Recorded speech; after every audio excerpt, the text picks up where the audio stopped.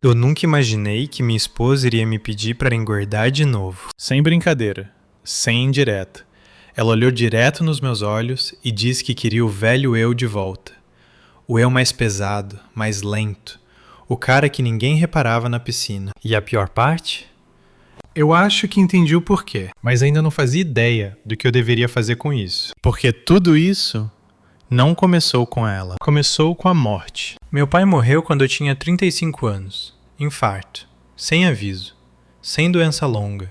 Simplesmente foi. Ele tinha acabado de fazer 59. Eu lembro de estar no hospital, olhando para ele, e tudo que passava pela minha cabeça não era só a perda, era fazer as contas.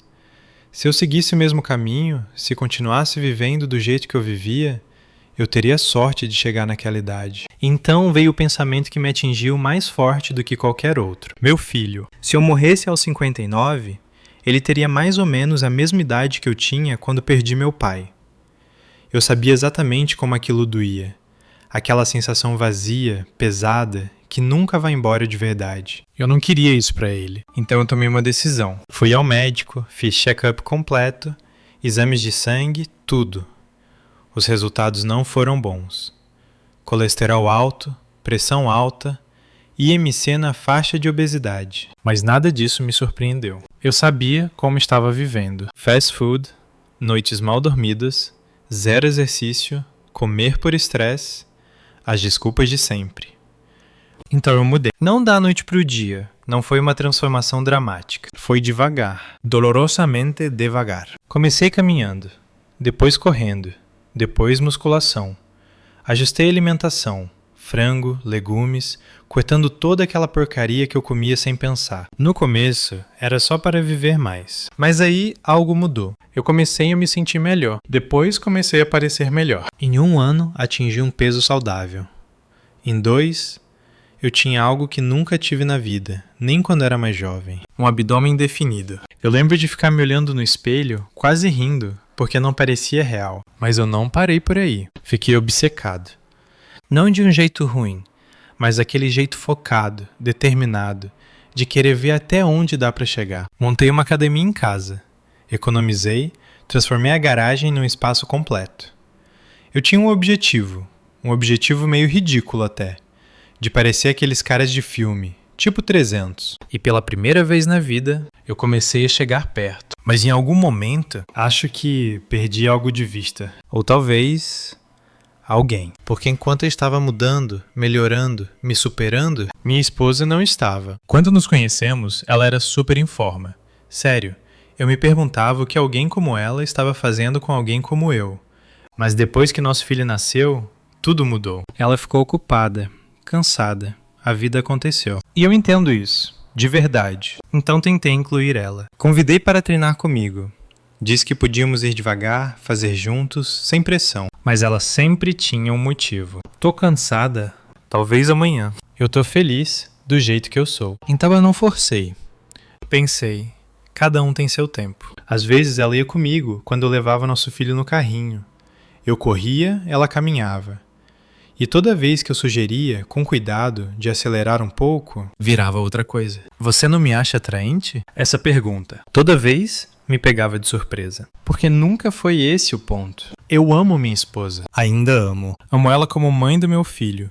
Amo ela como a mulher que esteve comigo quando eu não era nada demais. Amo ela como minha parceira, meu porto seguro. Mas em algum momento, ela começou a ouvir coisas que eu nunca disse. E eu não percebi o quão profundo isso estava até começar a aparecer em coisas pequenas. Tipo comida. Eu estava na cozinha preparando minhas refeições. Frango, brócolis, aquelas coisas sem graça que funcionam. E ela passava e dizia casualmente: "Você devia voltar a comer lasanha. Ou frango frito. Você gostava disso." No começo, eu ria, mas ela insistia. De novo e de novo. Até que um dia, eu disse a verdade. Eu não queria voltar. Não para aquela versão de mim. Não para me sentir cansado o tempo todo. Não para ficar sem fôlego.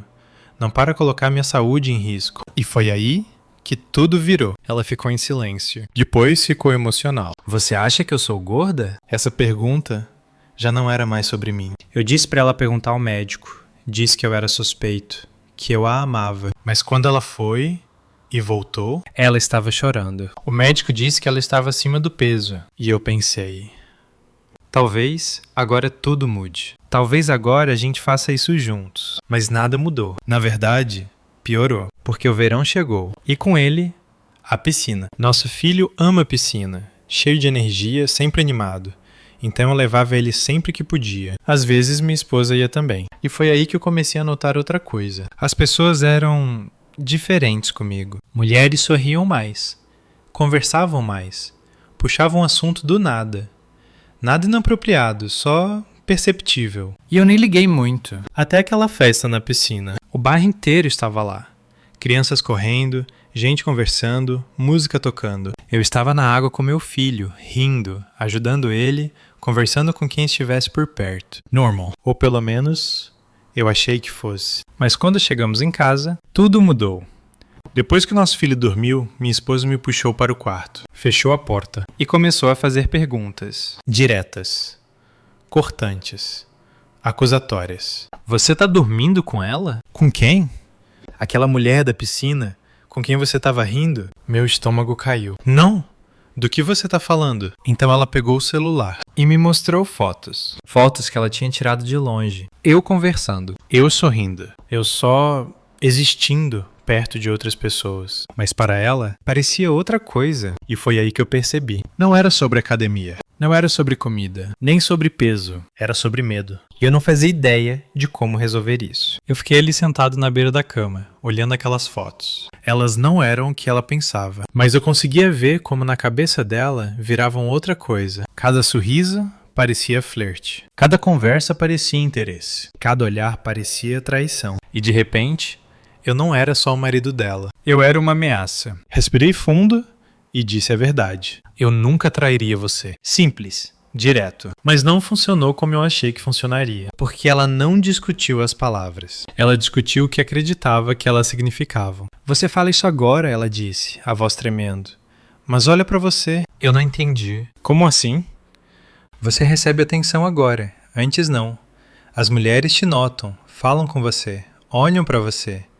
Você acha que eu não vejo? E foi aí que caiu a ficha. Ela não estava me acusando de trair. Ela estava com medo de que eu traísse. E na cabeça dela, nem era exatamente culpa minha. Era porque eu tinha mudado. Você virou outra pessoa, ela disse baixinho. E eu não sei se consigo acompanhar. Aquilo doeu. Não porque era injusto, mas porque tinha verdade. Eu tinha mudado. Não quem eu sou por dentro, mas como eu vivo, como eu pareço, como eu me movo no mundo. E eu não tinha parado pra pensar como isso poderia ser pra ela. Ela olhou para as mãos, depois para mim. Antes eu não precisava me preocupar, ela disse. A gente era confortável, seguro. Seguro. Essa palavra ficou, porque o que ela quis dizer foi: antes não havia competição, nem atenção, nem risco. E agora? Havia. Eu sinto que tenho que competir, ela disse. Como se eu tivesse que mudar só para te manter. A voz dela quebrou. E eu não sei se consigo. Eu me aproximei, tentei pegar a mão dela, mas ela puxou de leve. Não com raiva, só insegura. Eu não quero essa pressão, ela continuou. Não quero contar calorias, ir pra academia todo dia, ou sentir que tenho que parecer de um jeito só para meu marido não me deixar. Então ela disse algo que eu nunca esqueci. Eu quero você de volta como você era. Ali estava, não só um pedido, Um desejo. uma tentativa desesperada de voltar no tempo. Para uma versão nossa onde ela se sentia segura. Onde não se sentia julgada. Onde não sentia que estava ficando para trás. E por um segundo, só um segundo, eu fiquei dividido. Porque eu entendia ela. 6 anos atrás, eu era o cara que se perguntava por que alguém como ela me escolheria. Agora, os papéis tinham se invertido. E ela estava no lugar onde eu já estive, olhando para mim e se perguntando se era suficiente. Essa percepção me atingiu forte, porque eu conhecia esse sentimento, essa insegurança silenciosa, essa comparação constante, esse medo de alguém melhor aparecer. E agora ela estava vivendo isso. Por minha causa. Eu passei a mão no rosto, tentando encontrar as palavras, mas nada parecia certo. Porque, como você diz, eu não vou voltar, sem parecer. O problema é você. Eu não quero ser aquela pessoa de novo, eu disse finalmente. Com cuidado, mas no momento em que falei, eu vi aquele brilho nos olhos dela. Dor, não alta, não dramática, só decepção silenciosa. Então é isso? Ela perguntou. Não, eu disse rápido. Não é isso que eu quis dizer. Mas ela já balançava a cabeça. Você não entende, ela sussurrou. Eu entendo, eu disse. Mas a verdade? Eu não entendia completamente. Ainda não. Porque eu ainda via como um problema lógico, algo para resolver. Mas não era. Era sobre como ela se sentia ao olhar para mim e como se sentia ao olhar para si mesma. E essas duas coisas estavam destruindo ela por dentro. Aquela noite não teve solução. A gente só parou de falar. Ela virou de lado. Eu fiquei olhando pro teto, me sentindo culpado sem saber exatamente por quê. E pela primeira vez, desde que comecei essa jornada, eu questionei, não a saúde, mas o custo. Porque qual é o sentido de se tornar uma versão melhor de si mesmo? Se a pessoa que você ama sente que está te perdendo no processo, no dia seguinte, estava estranho, não quebrado.